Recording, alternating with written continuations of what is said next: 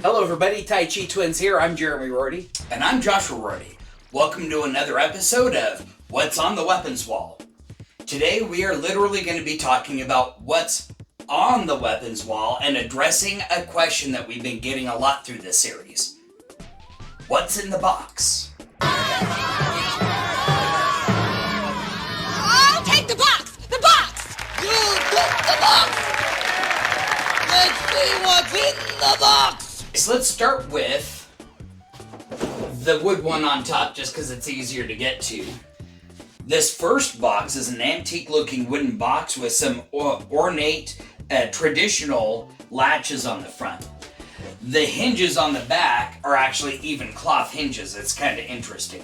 But when you open it up, it's a really beautiful box on the inside. I'll tip it up this way so you can see everything that's in there. Just to kind of pull these things out one at a time. First, I'll look at this scroll. This is basically just something that talks about the town in which this was made in. This sword was made in a southern town of China that is really well known for traditional handmade swords. Shows you the whole traditional forging process that it went through on the back. On the front of it, it just goes through all the names of the different parts of this katana. Outside of that, it also has another box on the inside. A box in a box. It's like a Russian nesting doll or something. What's in the box? Anybody online tell us what that means? I don't know. Maybe I'm holding it upside down. I don't know either way. But it's just a little traditional box with a pull-off lid. And inside there is a soft microfiber towel for cleaning the blade so you don't scratch it.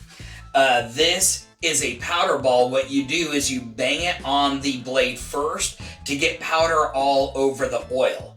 That's going to allow you to take off all the old oil from the blade and be able to add new oil to it. It even comes with this little brass hammer that you use for removing the pins that are in the handle so you can take the entire blade apart for cleaning it and maintaining it. So that's one of the things I thought was cool about this traditional kit was the fact that it actually had everything you needed for cleaning and maintaining the weapon. That's all cool and everything, but this is what we really wanted to look at today. This hand-forged katana has a really nice black lacquer wood handle. We mentioned in our other videos on swords, wood handles are the best for specifically metal blades so that it doesn't dull in the edge as you draw it out. Also, a lot of times these were made sturdy enough that you could use as a weapon, and this is definitely a heavy sheath. But we pull that off to the side, and we get to the sword itself.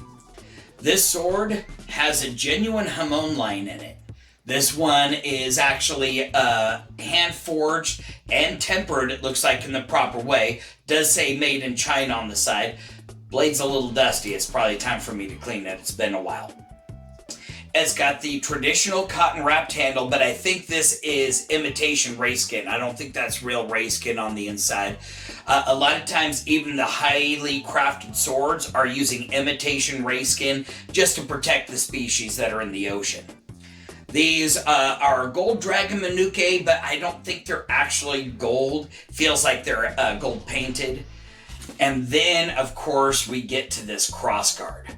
That Suba is beautiful. It's got like a matte black finish with gold accents and other paints highlighting walls, and it looks like Mount Fuji there in the background. Looks like it's a couple of warriors fighting on horseback with spears. These a lot of times represented to be wall hangers or family heirlooms that wouldn't actually be used in battle but would decorate and show off the history of your family. This one though, it's got some good heft to it. Good length to the handle, nice curvature to the blade. It would work very well as a war weapon. Well, that was cool. Let's take a look at what's in the other box. Now this is also a wood box, but it's been covered with this cloth that has pictures of dragons and flowers on it. Really quite beautiful. Also these latches here, similar to the other one. But when you open it up, you really get to see what we're in here for, which is a Ming Dynasty style longsword. Just beautiful. We'll get close-up pictures of this.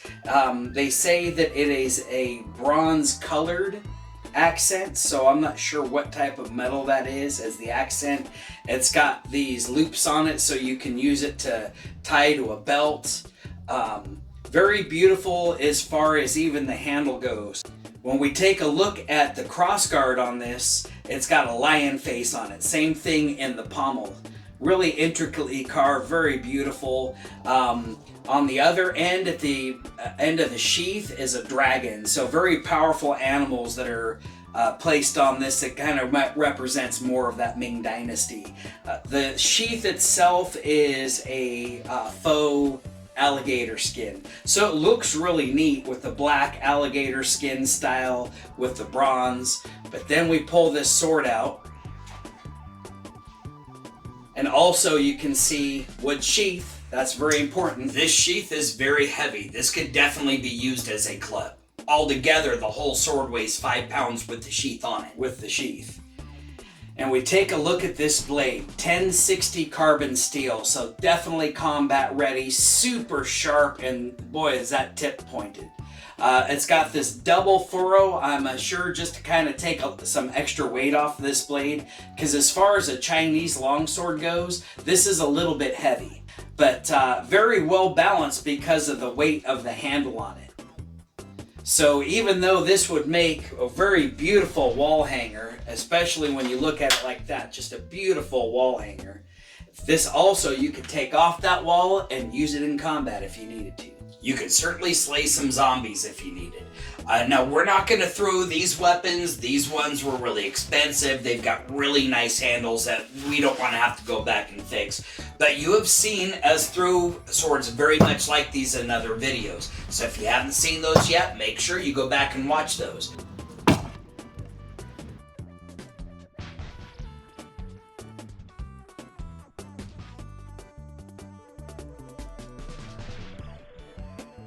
With so many weapons left on the weapons wall, which one would you like us to showcase next?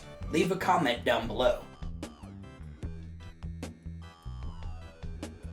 As with any skill, it takes practice and proper training to get good at it. So make sure you look for a good school in your area. If you're in Southern Oregon, contact us for our locations and times. Thanks for watching our video. If you enjoyed it, like it, and make sure to share that with a friend. Click the subscribe button and then hit that notification bell so you can catch our next exciting video.